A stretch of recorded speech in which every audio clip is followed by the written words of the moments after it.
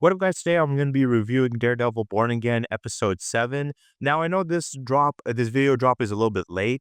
The only reason it's a little bit late is because I actually did record this before, but I recorded also other stuff for like on his channel. And when I record and finish uploading a video, I usually delete some of the videos that are on and other files that are on my laptop. And I apparently ended up deleting this one, and I tried to retrieve it from the recycling bin, but I just couldn't find it. So I had to redo it again.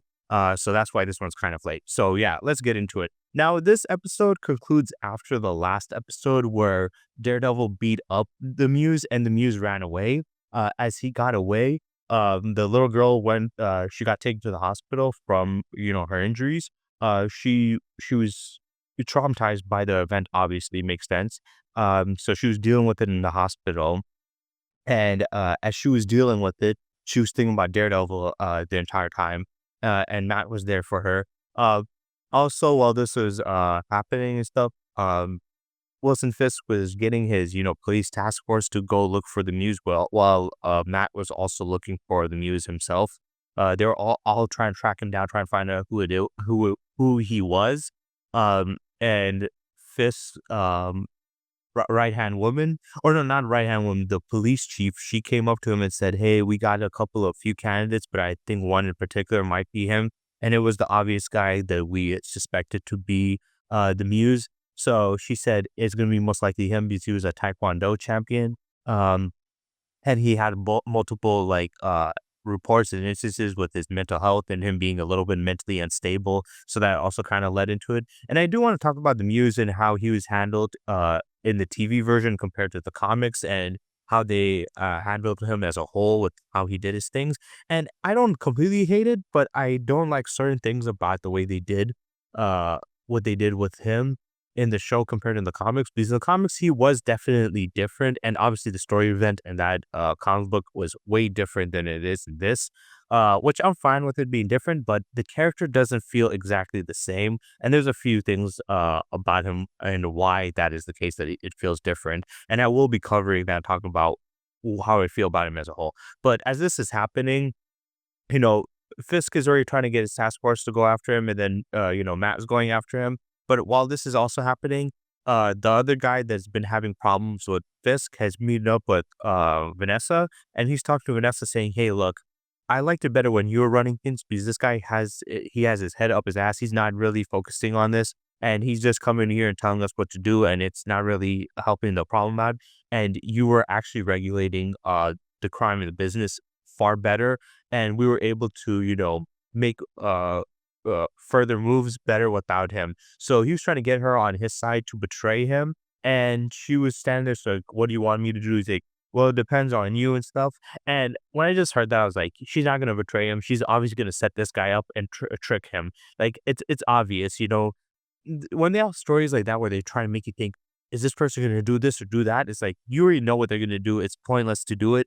So I thought that was kind of dumb.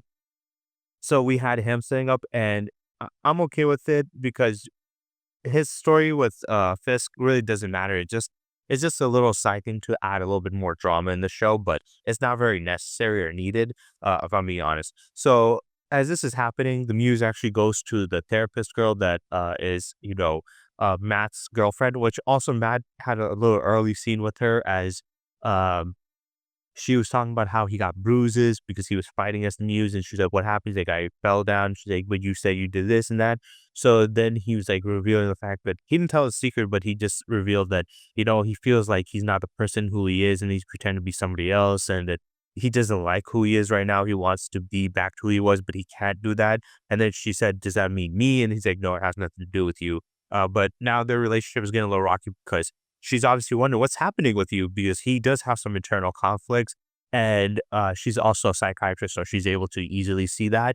Um, and then him having damage, it's like, obviously if your partner came in, like you were sleeping in the night and then they left and then they came back, like later or at some point in the morning, and then you see them, they're bruised up, you're probably wondering what the fuck is happening to you. What are you doing to yourself? So I get why she was concerned. Um, so they had that little story thing. After that, what happened was, uh, the muse showed up to her office. He was obviously her client. So she was giving him a therapy session. He's talking about, you've helped me reveal who I am and truly get into who I am as a person. And as he's talking to her right now, there's the little transition between, him telling her more about who he is and kind of revealing slowly that he's the muse to her. While this was also happening, Fisk was talking to the police chief and she was explaining that, who he was in the Taekwondo stuff. And he was also talking about it back in, that there was a connection there. And that was explaining why he was able to fight. And you do kind of see a little bit of that when he was fighting against Matt with those kicks, because I did acknowledge he had some nice kicks. And he wasn't using his hands too much. He was using more kicks, which if you do Taekwondo, it's mainly kicks. And usually the kicks are a no guard kick where you don't protect yourself. You don't have your hands up to protect yourself. You just have your hands down to the side of you and you do some really flashy kicks. Also, I don't know why TV shows and movies keep on using fighting styles or martial arts styles that don't really work in fights. Like Taekwondo is clowned on constantly because of you know, how uh how well it doesn't work in a fight. It isn't a legit fighting style. It's something that people will laugh at you if you do Taekwondo and think you can fight somebody, because the fact that they don't really throw hands, they only do kicks, they don't do any shots to the face, and then on top of that, with the kicks they do, they don't have a guard up. So it's just big flashy kicks, and it's usually looked at in a more negative light. It's not looked at as something as a legit fighting style. So I don't know why they keep on using those stuff. I mean, I've seen other ones where they talk about like, oh yeah, they use capoeira and stuff like that. It's like, just say Muay Thai or boxing or kickboxing or wrestling or BJJ. Those make sense, but saying stuff like this, I don't know. That's just a little bit of my pet peeve with TV shows using fighting styles that sound good but that aren't legit. So it's like, yeah, he knows he's a Taekwondo champion, but in real life, if you're a guy who's good at Taekwondo, you're not going to be still good at fighting or be strong enough to defend yourself. So don't learn Taekwondo if you want to learn self. But as this happening, he's going more crazy. He's getting a little more unhinged. He's bleeding from the nose. She's kind of noticing what he's meaning a little bit more. And she figures it out, and she's not trying to, say anything because she doesn't want to have him just go off. And then he's like, "Oh yeah," and then he painted. He's like, "I'm the muse. You helped me be who I am," which is different than how he was in the comics. Because, and now, like I said, I'm alluding to what I'm trying to say because I want to explain more of what happened and then talk about it a little bit more later. But then he's doing that, and now he's going full on, muse. He's like, "I'm gonna turn you to my art piece." So she's trying to fight back, and he's going after her. He's cutting her arm open and then putting the needle in there to draw the blood out because he drops a big canvas thing to use her as the new artwork. And the cops are coming. He has a gun. He's like, "Damn it!" So he's like, either planning to kill her and then kill himself as his final art piece because he's already been found and he's gonna be stopped anyway. So Fist's guys are coming in and he's attacking her. So then Daredevil breaks in and jumps in there and starts fighting him. Daredevil's beating the shit out of him. He's literally mixing him up once again. The Muse completely got dogged in this show. He got his ass beat the first time they fought, and then this time he got even worse of a beating. He's screaming, picking him up, slamming him into the bookshelf, punching him around, throwing him to the ground, kicking him. He's just whooping his ass in every different way possible. But yeah, he's just getting thrashed the entire fight. And he does get away and he goes after her to cut her and kill her. And as he's doing, we see something coming through his body, piercing him. I thought he got shot for a minute, but he didn't get shot. It wasn't the cops. It was Daredevil's grappling hook. He shot it through his chest and dragged and pulled him over like some, scorpion. And when I saw it, I was like, damn, I was like, that's pretty brutal. I know like Matt can be a little bit more violent. He was literally strangling him in the last episode, but he literally stabbed through the guy. He could have hit him in his heart or something. I know he probably has really great aim, but he could have hit him at any part and could have killed him. But he dragged him and then he started whooping his ass. I'm like, this guy is getting his ass beat. So he's beating the shit out of him, and now he's bleeding all over the canvas. He's beating him up. As he's doing this, Matt is trying to hold him off.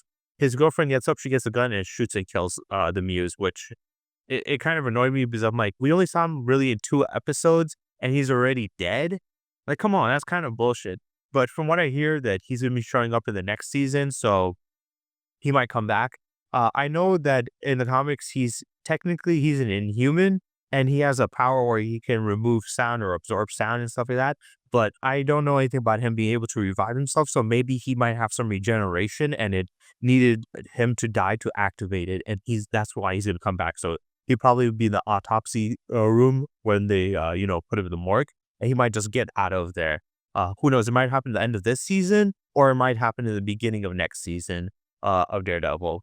But yeah, he died. I was kind of disappointed. And then Fisk came in. His guys were kind of late, but he was like, you know what? We're going to take credit for it.